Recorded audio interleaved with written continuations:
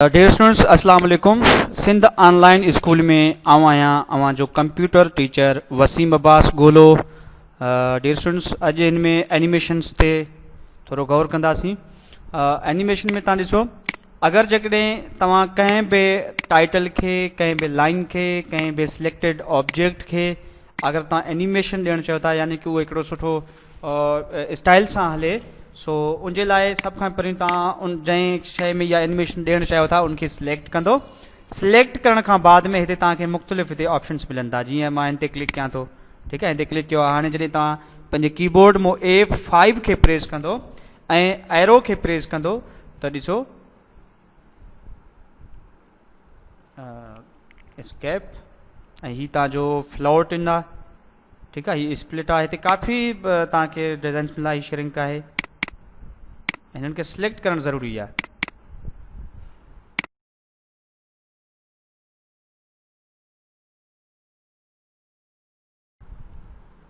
ये ॾिसो तव्हांजो सुठे तरीक़े सां हले थो।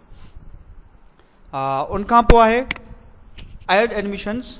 अगरि ॾिसो मां हिन मां हिकिड़ो पहिरियों ज़ूमिंग थोरो घटायूंसि था। जी हीअ मां हिनखे सिलेक्ट कयो आहे। पोइ हिते आहे एनिमेशन पेन बि आहे, एड एनिमेशन भी है। पोइ सब खां बेहतर जेको आहे त उहा एड एनिमेशन आहे। तव्हां बि त एनिमेशन ऐड करे सघो था। जी मां फ्लाई इन व्हील आहे, हिते काफ़ी जीअं अगरि तव्हां रैंडम बार्स ते क्लिक कंदो, क्लिक थी वियो। हाणे तव्हां जॾहिं A5 प्रेस कंदो, एरो खे प्रेस कयो, ॾिसो इहो तव्हांजो एड एनिमेशन्स।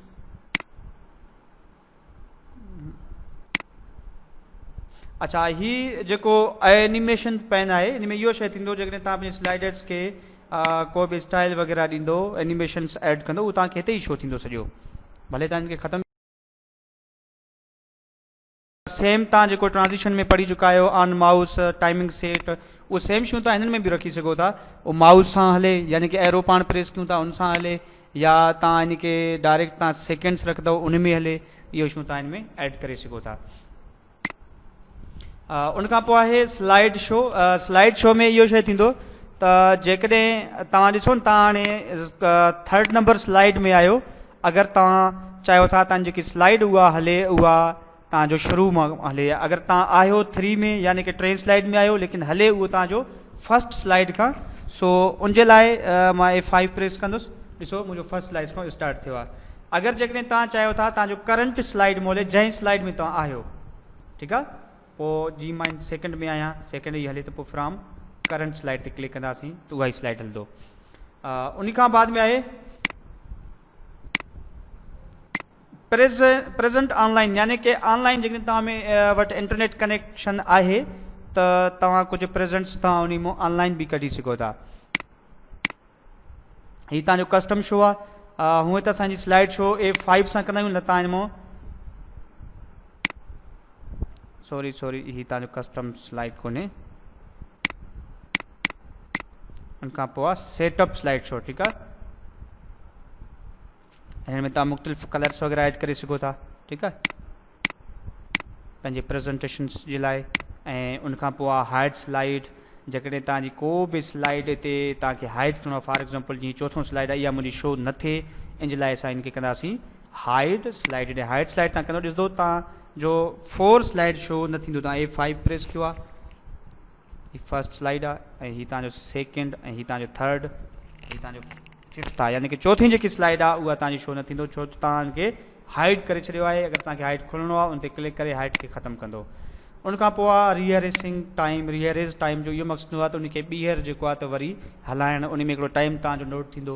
मिसाल हीअ स्लाइड आहे, अगरि असां हिन ते क्लिक कंदासीं त हीअ जेतिरो टाइम मतिलबु हीअ स्लाइड हूंदो, इन सां गॾोगॾु तव्हांजो हीअ टाइम बि तव्हांजो नोट कंदो। पर मां हिनखे कैंसिल कयां थो, नो। उन खां पोइ आहे रिकॉर्ड स्लाइड। त असांजो जेको स्लाइड आहे उहा असांजी रिकॉर्ड थिए। मिसाल मुंहिंजी हीअ स्लाइड आहे, इनखे रिकॉर्ड कयूं, पोइ रिकॉर्ड स्लाइड ते क्लिक कंदासीं, स्टार्ट रिकॉर्डिंग ते क्लिक कंदासीं।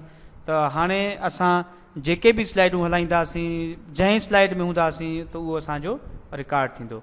अगरि तव्हां रिकॉर्ड खे सेव करणु चाहियो था त तव्हां उनखे येस कयो। अगरि ॾिसो हीअ तव्हांजो हिते तव्हांजो रिकॉर्ड थी चुको आहे, हिनखे तव्हां ऑन बि करे सघो था। पोइ आहे play narrations, use timings and show media controls. ही सेटिंग जेकी हिकिड़ो हूंदी आहे स्लाइड जे बहितरी जे लाइ, स्लाइड में कमु करण जे लाइ, पर हिननि में तव्हांजा चेक्स हिते चेक्स लॻियल हुजनि त बहितर आहे।